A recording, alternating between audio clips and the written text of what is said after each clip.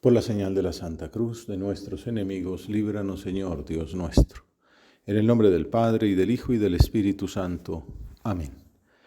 Señor mío y Dios mío, creo firmemente que estás aquí, que me ves, que me oyes. Te adoro con profunda reverencia. Te pido perdón de mis pecados y gracia para hacer con fruto este rato de oración. Madre mía Inmaculada, San José, mi Padre y Señor, Ángel de mi guarda, intercedan por mí.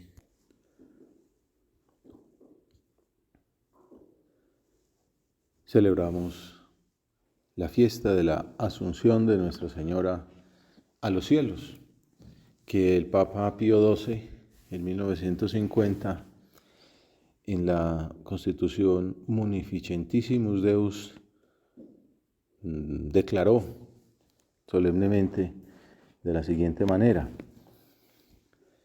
la augusta Madre de Dios, unida a Jesucristo desde toda la eternidad por un mismo y único decreto de predestinación. Y entonces explica que este dogma pues es el culmen de toda una serie de privilegios con los que Dios dotó a su madre. Inmaculada en su concepción, virgen, integérrima en su divina maternidad, asociada generosamente a la obra del Divino Redentor, y vamos alabando a nuestra Madre con todas estas descripciones, que obtuvo un pleno triunfo sobre el pecado y sus consecuencias, alcanzó finalmente, como suprema coronación de todos sus privilegios, el ser preservada inmune de la corrupción del sepulcro. Y, a imitación de su Hijo, vencida la muerte, obtuvo ser llevada en cuerpo y alma a la gloria celestial, para resplandecer allí como reina a la derecha de su Hijo, el Rey inmortal de los siglos. Hay como varias facetas, varias aproximaciones a este misterio de la fe. En primer lugar, y lo más importante siempre, es el aspecto cristológico. El centro de la espiritualidad, de la vida cristiana, es Cristo, Dios. Dios, Trinidad, Padre, Hijo y Espíritu Santo. El Padre envía a su Hijo para revelarnos en plenitud su misterio, y Él es el que nos redime y nos abre las puertas del cielo, para que nosotros nos unamos a su camino. Y la criatura que de modo más excelso se unió a ese misterio es su madre, que como hemos dicho, pues fue concebida de modo inmaculado, en atención a los méritos de su Hijo. Fue la primera redimida, ya desde el momento de la concepción. Se le aplicaron los méritos que Jesucristo iba a ganar, pues, muchos años después. Lo importante de María es su unión con Jesús. La Iglesia nos la propone como modelo de unión con Jesús. Esto a veces, pues sabemos que las iglesias reformadas, algunos movimientos no entienden esto, ¿no? Que les duele, les cuesta entender que la veneración a María pues no es una oposición a la adoración a Dios, sino al contrario, es un atajo, un sendero para ser mejores cristianos. Y entonces por eso aquí desde el principio se dice, asociada generosamente a la obra del Divino Redentor. María, cuenta uno de sus autores de libros de Mariología, en este caso se llama Ponce, María reproduce lo sucedido en Cristo. Por eso esa oposición radical al pecado, pues por la cual además fue exenta del pecado original, pero ella con su lucha personal también le dijo que no al demonio desde el principio hasta el fin, como hizo Jesús. Ambos fueron tentados y ambos fueron fieles a Dios. y son modelos nuestros para que también seamos fieles al Señor. Cristo responde a María, me pareció muy bonita esta interpretación o esta explicación del dogma, porque ha tenido sus dificultades teológicas, pues algunos autores se oponían, aunque pues la gran mayoría pues la defendían desde hace muchísimos siglos, pero ya el siglo XX, pues ya cuando estaba la inminencia de la proclamación del dogma, pues algunos ponían algunas objeciones que también es bueno que se den para que no es como una cuestión sentimental o de un momento a otro, no, esto es fruto de mucho estudio y de consulta a todo el episcopado. Y entonces, cuando se explica los motivos de la conveniencia de la proclamación de ese dogma, del reconocimiento de que forma parte de la fe de la Iglesia desde el comienzo, explica este autor en ese aspecto cristológico que es normal que Cristo responda a María con un verdadero amor de hijo. Cristo es perfecto Dios y perfecto hombre. Y como ser perfecto, en su perfección está el amor, la gratitud, la benevolencia y el dar. Pues la creación, todo esto es precisamente, Dios no necesitaba nada de nosotros ni de la creación, es un don fruto de su amor infinito. Y entonces encuentra una criatura que se le entrega totalmente, pues como madre amorosa, madre perfecta, y entonces lo mínimo que se le ocurre es pues coronarla con todo lo que puede. Imagínate todo lo que puede Dios. Dios omnipotente agradeciendo infinitamente. Pues la preserva de la corrupción del sepulcro, la lleva al cielo, la corona como reina universal de todo lo creado. Cristo responde a María con un verdadero amor de hijo, no solo humano, sino divino, lo cual significa plenitud y totalidad en el amor. Pues es un argumento bellísimo, ¿verdad? Bueno. Y luego también en ese sentido cristológico está la inseparabilidad de María con Cristo en la obra mesiánica. Como la unión en la victoria sobre el pecado fue de un modo extraordinario, la Inmaculada Concepción, Cristo la asocia a la victoria sobre el pecado, ya desde el primer momento de su existencia. Pues de modo semejante debe ser su participación en el triunfo sobre la muerte, asociada al Hijo, desde la concepción, venciendo el pecado, asociada al Hijo en la muerte, venciendo la corrupción del sepulcro. Digo la muerte, de eso la Iglesia no ha querido ponerlo como parte del dogma, si María murió o no murió, pues porque los dogmas no son así como algunos piensan, hay unas cosas cerradas y que hay que obedecer ciegamente. No, esto, por ejemplo, ese tema es, pues digo, los dogmas hay que obedecerlos ciegamente, pero estos temas son de investigación, ¿no? Pues, en el dogma no incluye si la Virgen murió o no murió, cada uno piense lo que quiere, obviamente estudiando. Estudiando uno se da cuenta que no hay ningún prueba en que haya muerto. Pues si Cristo murió, ¿por qué la Virgen no va a morir? Si está asociada a todos los misterios de la vida de su Hijo, ¿por qué no va a estar asociada al misterio de la muerte? Lo que el dogma dice es que no fue sometida a la corrupción del sepulcro. Hoy es entonces un día para celebrar a todas las que se llamen Asunción, no sé si aquí hay alguna, Paloma también, Tránsito. En nuestro ambiente no son muy comunes, pero son nombres bonitos que tienen que ver con esta fiesta. Entonces hemos visto el aspecto cristológico de la celebración. Y luego también está el aspecto eclesial, que es como en el que me pensaba detener más hoy, y es que resucitada con su Hijo nos indica el camino hacia la meta. Es la primera asociada al triunfo de Cristo sobre la resurrección, pero ya también nos muestra que todos estamos llamados a ese triunfo. Por ello, el reciente magisterio, el Concilio Vaticano II, Pablo VI, Juan Pablo II, enseña que Nuestra Señora Asunta es figura escatológica de la Iglesia. Y así lo vemos en el prefacio de la misa. Este aspecto aparece representado, como veremos, en la primera lectura de la liturgia de la palabra de la Santa Misa, el Apocalipsis capítulo 12, la mujer.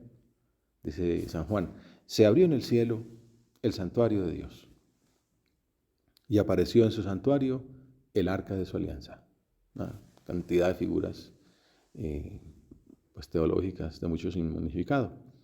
Un gran signo apareció en el cielo, una mujer vestida del sol y la luna bajo sus pies y una corona de 12 estrellas sobre su cabeza.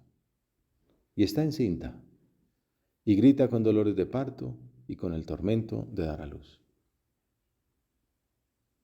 La Iglesia ve en la teología, ve en esta figura pues varios significados, ¿no? Uno de ellos, la Iglesia misma, y otro, la Virgen. Por eso también lo de que decíamos que es figura de la Iglesia.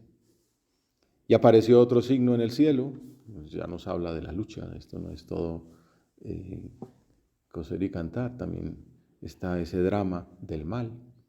Un dragón rojo que tiene 7 cabezas y 10 cuernos, y sobre sus cabezas 7 diademas, y su cola arrastra la tercera parte de las estrellas del cielo y las arroja sobre la tierra.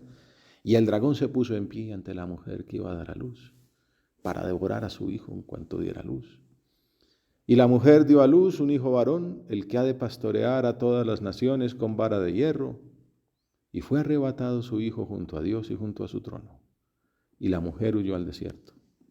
Y oí una gran voz en el cielo que decía, ahora se ha establecido la salvación, y el poder, y el reinado de nuestro Dios, y la potestad de su Cristo, porque fue precipitado el acusador de nuestros hermanos, el que los acusaba ante nuestro Dios día y noche. Es casi la única definición del demonio, el acusador de nuestros hermanos. Pero no nos vamos a detener en eso. Lo importante es que es vencido. Luego viene la victoria de San Miguel sobre él. Bueno, hay distintas descripciones de la victoria de Dios sobre el demonio. Pero sobre todo está la mujer. Entonces, en esa mujer, como decía, la tradición ve representada tanto a la Virgen María como a la Iglesia. Por ejemplo, el Concilio Vaticano II enseña que la Virgen está unida íntimamente a la Iglesia. La Madre de Dios es tipo de la Iglesia, una figura, un modelo, orden de la fe, de la caridad y de la perfecta unión con Cristo. Entonces pensaba que nos podíamos dedicar este rato de diálogo con el Señor a ver a la Virgen como modelo para la Iglesia, para ti y para mí, de fe, de esperanza y de caridad. Es tipo en el sentido de que ya está en el cielo, nos está esperando, para eso hemos nacido, para llegar al cielo. A veces uno se despista en el camino, el diablo propone como metas intermedias, cosas que lo saquen a uno del camino, que pongan a uno el corazón en otras cosas, la plata, los placeres, el poder, la gloria, la carne, la soberbia, bueno, todas esas cosas. Pero por eso también la Virgen está ahí como una estrella que nos llama, dice, no, el camino es este. La felicidad está aquí, no te dejes engañar.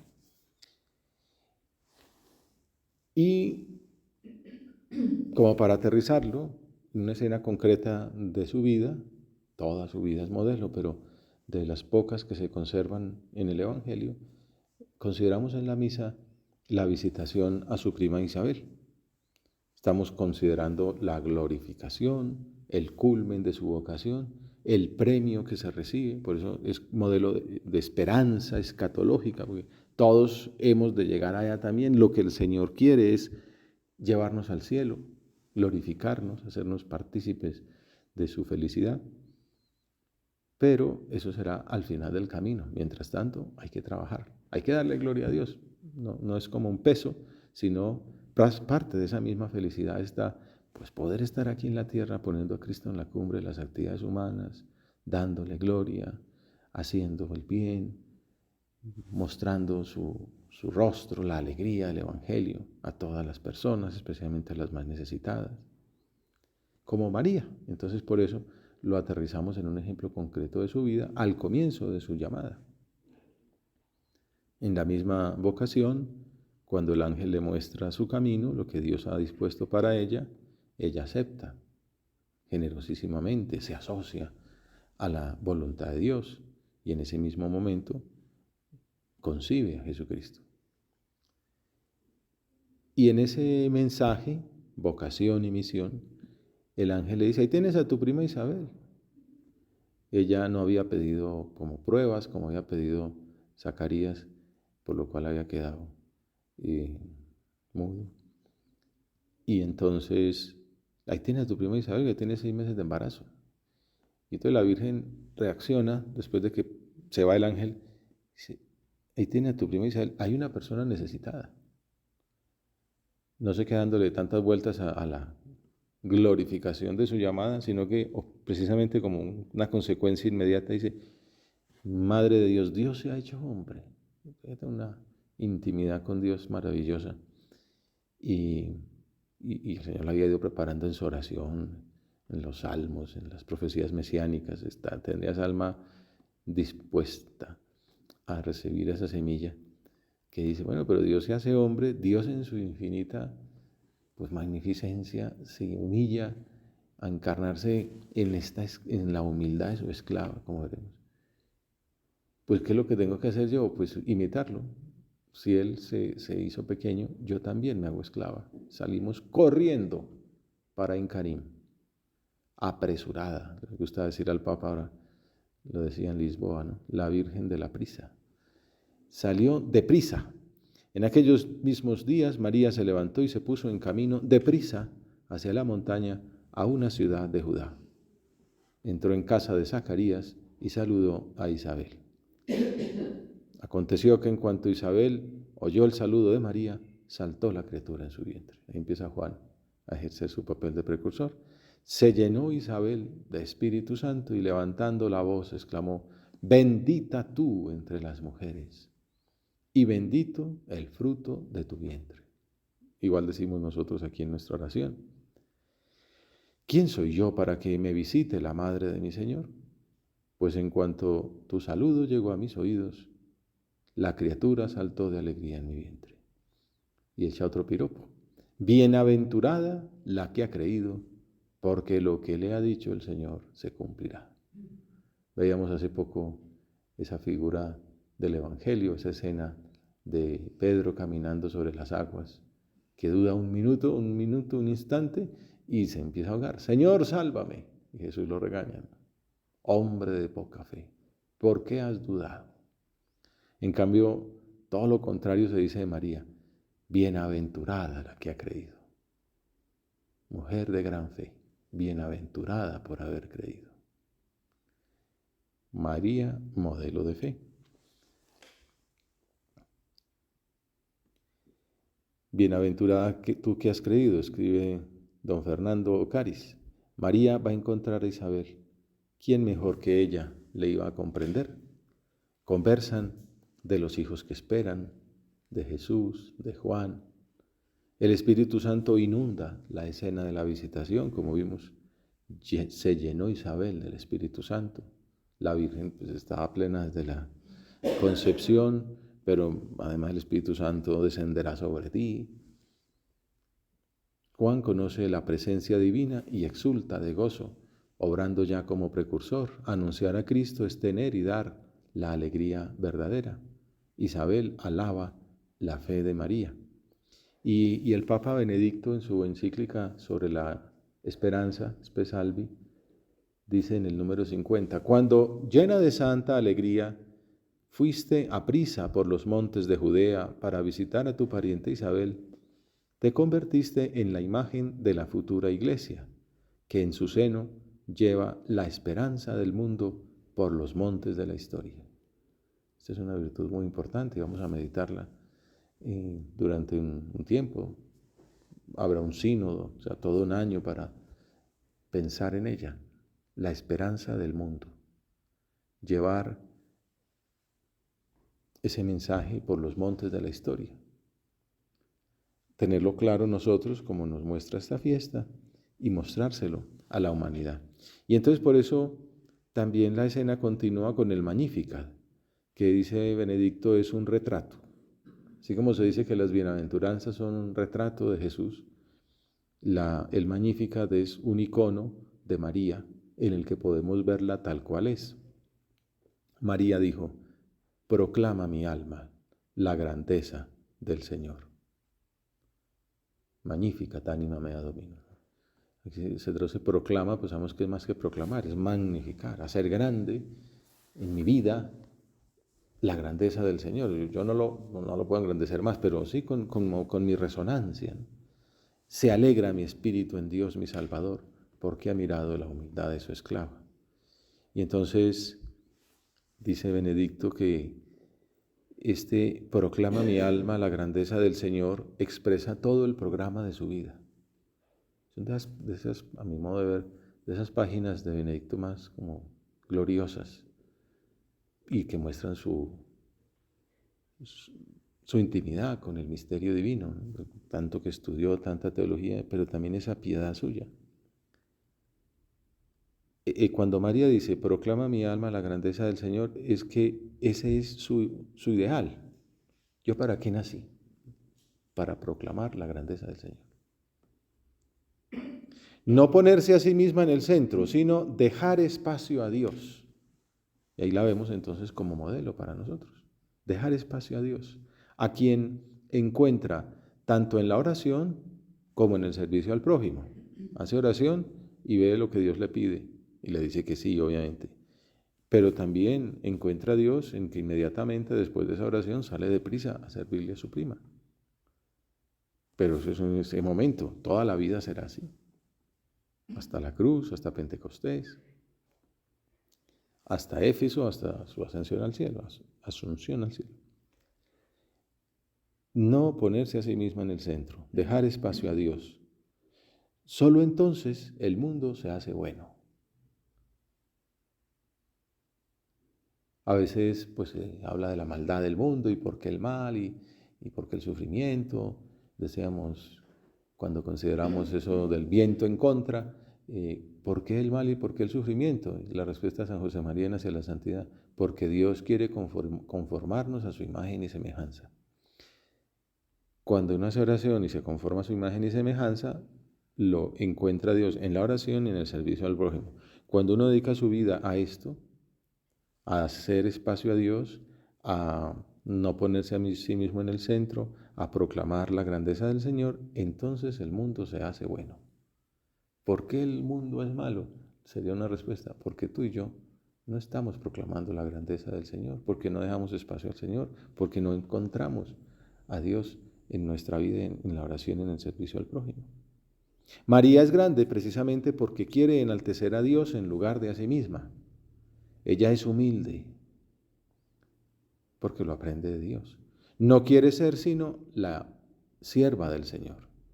Sabe que contribuye a la salvación del mundo no con una obra suya, sino solo poniéndose en plenitud a disposición de la iniciativa de Dios. Vamos sacando propósitos de parecernos a nuestra madre. Mujer de fe. Segundo lugar, mujer de esperanza. Solo porque cree en las promesas de Dios y espera la salvación de Israel, el ángel puede presentarse a ella y llamarla al servicio total de esas promesas. Y es lo que dice el prefacio. Hoy ha sido elevada a los cielos la Virgen Madre de Dios. Ella es figura y primicia de la Iglesia, decíamos, que un día será glorificada. Ella es ejemplo de esperanza segura y consuelo del pueblo peregrino. Ejemplo porque nos dice, este es el camino que hay que seguir. Consuelo porque nos garantiza que allá estaremos, si somos fieles. Con razón no quisiste, Señor, que conociera la corrupción del sepulcro, la que de modo admirable concibió en su seno al autor de la vida, tu Hijo encarnado. Por eso escribe San José María en Cristo que pasa, esa familia tan bonita sobre la Asunción, la Virgen Santa, causa de nuestra alegría. La glorificación de nuestra Madre es la firme esperanza de nuestra propia salvación. Por eso la llamamos esperanza nuestra, causa de nuestra alegría. No podemos abandonar nunca la confianza de llegar a ser santos. Por eso digo, esta es la fiesta de la esperanza. Sobre todo cuando uno ya tiene sus años, pues como que se hace difícil lo que se llama la segunda conversión, ¿no? Es la historia de Maús, ¿no? Como nosotros esperábamos, pero esto no dio mucho de sí. No, y más a uno, ¿no? Como que Dios, como que no fuera capaz de vencer este mundo tan malo. Pero sobre todo, en realidad uno sabe que sí lo va a vencer. Como que uno mismo, uno se ve como tan incapaz de coronar, ¿no? Cuando que conoce también el paño de que está hecho. Y entonces puede que llegue como a desconfiar, ¿no? No de Dios, aunque también Dios puede permitir esa noche oscura del alma, sino de uno mismo, con razón. Pues entonces nos dice nuestro Padre, no podemos abandonar nunca la confianza de llegar a ser santos, de aceptar las invitaciones de Dios, de perseverar hasta el final. Por eso, esperanza. Dios, que comenzó en nosotros la obra de la santificación, la llevará a cabo. Y cita a San Pablo, porque si Dios está con nosotros, ¿quién estará contra nosotros? Sabemos que esto fue una locución divina, ¿no? O sea, no es solamente que lo diga San Pablo, sino que el Señor quiso que lo tuviéramos clarísimo en la obra. Por eso también decimos en la misa, Dios Todopoderoso y Eterno, que le basta en cuerpo y alma la gloria del cielo, la Inmaculada Virgen María, concédenos que, aspirando siempre las realidades divinas, lleguemos a participar con ella de su misma gloria. Como la Iglesia como madre nos está recordando hoy para toda la vida, ¿no? En la oración de ofrendas, haz que nuestros corazones, encendidos en el fuego de tu amor, tiendan constantemente hacia ti, que no perdamos la fe, la esperanza, la confianza en que llegaremos a santos si aceptamos las invitaciones de Dios. La invitación de Dios a perseverar hasta el final, como María. Vuelvo a la homilía de San José María. La fe nos enseña que todo tiene un sentido divino, porque es propio de la entraña misma de la llamada que nos lleva a la casa del Padre. La vida ordinaria, ¿no? Lo que dice ahí en la homilía. Esta fiesta de la Asunción de Nuestra Señora nos propone la realidad de esa esperanza gloriosa. No es una quimera, no es una ilusión, no es una posibilidad, es lo más cierto que hay. Mi mamá ya está allá, me lo garantiza, me espera, me abre el camino y hace todo lo que haga falta para que yo esté con ella. ¿Qué más queremos, no? Somos aún peregrinos, pero nuestra madre nos ha precedido y nos señala ya el término del sendero. Nos repite que es posible llegar y que si somos fieles, llegaremos. Porque la Santísima Virgen no solo es nuestro ejemplo, es auxilio de los cristianos. O sea, no solamente ahí tienen para que vean, sino que nos ayuda. Y ante nuestra petición, móstrate ese matrem, muestra que eres madre, muéstrate como madre, no sabe ni quiere negarse a cuidar de sus hijos con solicitud maternal. Por eso es nuestra esperanza, por eso es nuestra alegría. Es una mujer de fe, es una mujer de esperanza y por último es una mujer que ama. ¿Cómo podría ser de otro modo? Dice Benedicto. Como creyente que en la fe piensa con el pensamiento de Dios y quiere con la voluntad de Dios, otra profundidad tremenda ahí de cómo es María. Piensa con el pensamiento de Dios, quiere con el querer de Dios. No puede ser más que una mujer que ama. Lo intuimos en esos gestos silenciosos de la infancia de Jesús. Lo vemos en la delicadeza con la que en Caná se percata de la necesidad en la que se encuentran los esposos. Lo vemos en la humildad con la que acepta ser como olvidada durante la vida pública. Y que la hora de la madre llegará solamente en el momento de la cruz, que será la verdadera hora de Jesús. Entonces, cuando los discípulos huyen, ella permanecerá al pie de la cruz. Más tarde, en el momento de Pentecostés, serán ellos los que se agrupen en torno a ella a esperar el Espíritu Santo. Y entonces, nuestro Padre nos invita a imitarla en su amor. La caridad no se queda en sentimientos, ha de estar en las palabras, pero sobre todo en las obras. La Virgen no solo dijo, fiat, hágase, sino que cumplió en todo momento esa decisión firme e irrevocable. Así nosotros, cuando nos aguijonee el amor de Dios y conozcamos lo que Él quiere, debemos comprometernos a ser fieles, leales y hacerlo efectivamente, porque no todo el que me dice Señor, Señor entrará en el reino de los cielos, sino el que hace la voluntad de mi Padre que está en los cielos. Terminamos entonces con las mismas palabras del Papa Benedicto, con las que concluye su encíclica sobre la esperanza. Madre, tú permaneces con los discípulos como madre suya, como madre de la esperanza. Santa María, Madre de Dios, Madre nuestra, enséñanos a creer, a esperar y a amar contigo. Indícanos el camino hacia su reino. Tú que eres la estrella del mar, brilla sobre nosotros y guíanos en nuestro camino. Así podríamos terminar, pero añado una coda, como termina San José María la homilía sobre Santa María Asunta al cielo. Cor María Dulcissimum iter para tutum. Muy oportuno para estos momentos. Corazón dulcísimo de María, da fuerza y seguridad a nuestro camino en la tierra.